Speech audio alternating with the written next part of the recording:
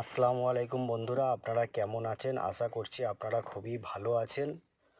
আমি সুন্দরবনে ঘুরতে এসেছিলাম বাঘ দেখতে। বাঘ তো দেখতে পাই না, এখানে হরিণের পায়ের ছাপ ভর্তি হয়ে আছে। আপনারা দেখুন কেমন লাগছে, আপনারা প্লিজ কমেন্টে একটু জানাবেন। আমার ভিডিও করতে আরও ভালো লাগবে, আমার ফার্স্ট ভিডিও এটাই। আপনাদের ভালোবাসা পেলে আরও ভিডিও করব। এই তিনটে বন্ধু আমার, দেখুন ছোট ছোট খালের মধ্যে চিংড়ি মাছ ধরা হচ্ছে, আমাদের বোটের মধ্যে ফিস্টি হচ্ছে।